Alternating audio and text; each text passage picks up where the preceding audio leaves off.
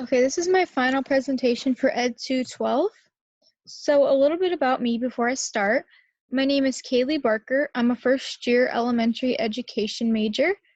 I run cross country and track, and I graduated from Clear Creek Amana High School.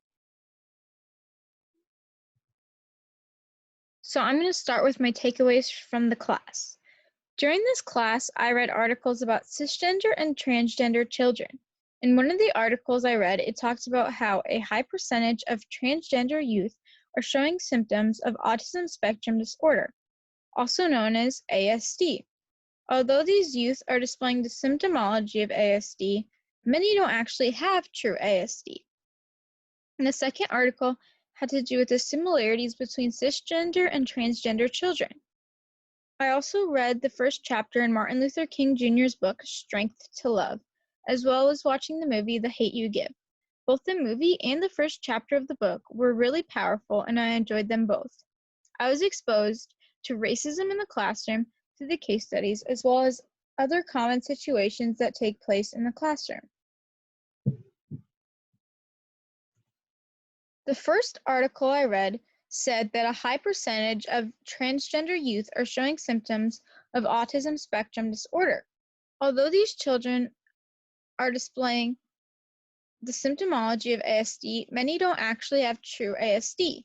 Many transgender youth are displaying similar symptoms due to social stress, anxiety, and depression. They have found that the percentage of transgender youth with ASD symptomology goes down if their behavior is normalized. My conclusion from that article was just because someone shows symptoms of ASD, it doesn't mean that they actually have ASD. Transgender youth need to receive improved social support from their peers, family, and friends. If this can be done, they will lessen their display of ASD symptoms.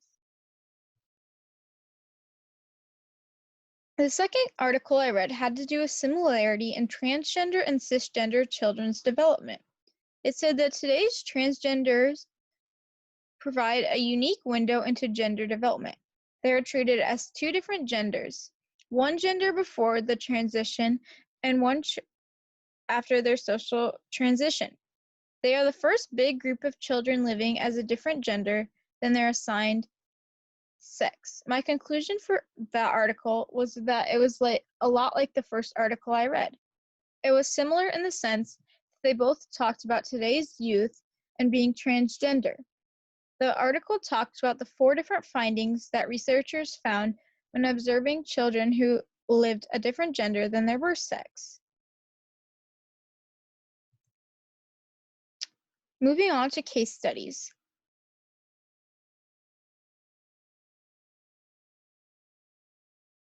One of the takeaways from doing the case studies is how to handle different situations that might arise in the classroom. There were many different situations that the book gave, and the questions really made you think about what you might do if you were in the teacher's position. It got you to think about how you would go about handling different problems or situations.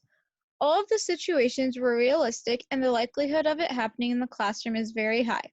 One of the cases that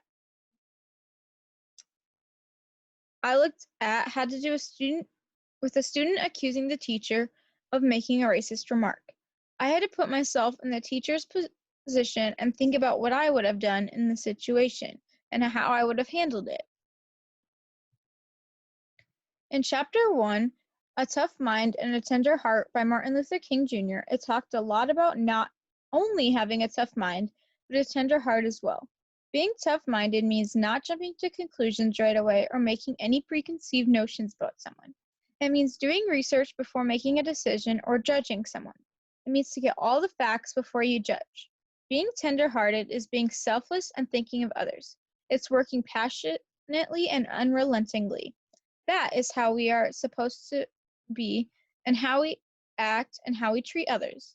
That was my biggest takeaway from Chapter 1 in Strength to Love.